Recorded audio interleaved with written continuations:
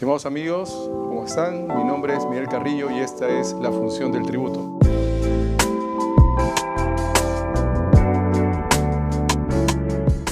El tema que vamos a desarrollar básicamente parte de establecer las diferencias entre lo que es impuesto, contribución y tasa. Si bien es cierto, los tres califican dentro de lo que es el tributo, concepto que no está definido en el Código Tributario, siempre se suscitan diversas interpretaciones o seguramente algunos conceptos vinculados con cuáles son las principales diferencias de estos tres conceptos. Al respecto hay que recordar que en el Código Tributario, específicamente en el título preliminar, se ha señalado unos conceptos de impuesto, contribución y tasa. El impuesto básicamente es el tributo cuyo pago no origina una contraprestación directa por parte del Estado. Ahí podemos poner, por ejemplo, el impuesto a la renta, el IGB, el impuesto predial, el impuesto temporal a los activos netos, y básicamente la diferencia que vamos a analizar es justamente el último elemento de la definición. No origina una contraprestación directa a favor del contribuyente, lo cual implica que el beneficio de lo recaudado por los impuestos, si bien no origina un pago directo al contribuyente, es un beneficio para todos. En el caso de la contribución, hay que recordar que el concepto que tenemos es que es un tributo que se materializa básicamente cuando el Estado proporciona un servicio público administrativo en forma general. Ahí tenemos, por ejemplo, para citar algunos conceptos que pueden ser importantes, la contribución a salud y la contribución al ONP. Como ustedes verán, en el caso de salud, permite que el trabajador, en caso tenga algún problema de salud, pueda ser atendido en un centro de salud.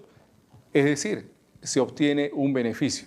Mientras que en el caso del ONP, básicamente se va generando un fondo para gozar de lo que vendría a ser la jubilación. Y el tercer concepto que también es importante y que hemos comentado para establecer estas diferencias es el concepto de la tasa. La tasa también es un tributo cuya se materializa cuando el Estado brinda al contribuyente un servicio público individualizado. Y justamente bajo el concepto de la tasa también encontramos una subdivisión en lo que son arbitrios, derechos y licencias. En el caso de los arbitrios, básicamente, como sabemos, son los pagos que se hacen como consecuencia de un servicio que brinda, en ese caso, el gobierno local o regional, como consecuencia de dar un servicio disponible para los ciudadanos, como es el caso, por ejemplo, de serenazgo, limpieza pública, parques y jardines, por citar algunos ejemplos.